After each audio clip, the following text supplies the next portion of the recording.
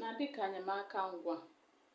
Mgbe a bụ mgbe nna na-enyere omeka ngwa aka ka ọ rụọ ọrụ dịka isi ngwa, ka ọ rụọ ọrụ dịka ngwa.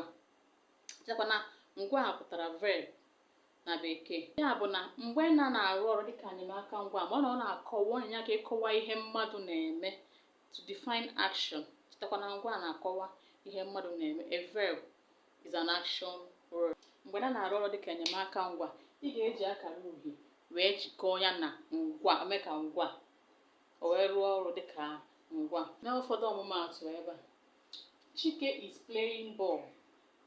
Chike is playing ball. Ịchọzi ịsụ ya n'Igbo, ọ ga-abụ Chike na-agba bọọlụ. Chike na-agba bọọlụ.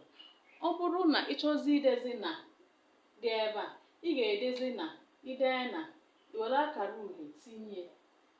Ọ bụrụ igosi ihe Chike na-eme. Chike na-agba bọọlụ. My mother is cooking soup. My mother is cooking soup. Ịchọzi ide nne m na-ete ofe. Nne m na-ete ofe. Ịchọzi idezi na-adị na ya, itinye akara uhie ka o gosi ihe nne gị na-eme. Nne m na-ete ofe. My mother is cooking soup. Nne m na-ete ofe.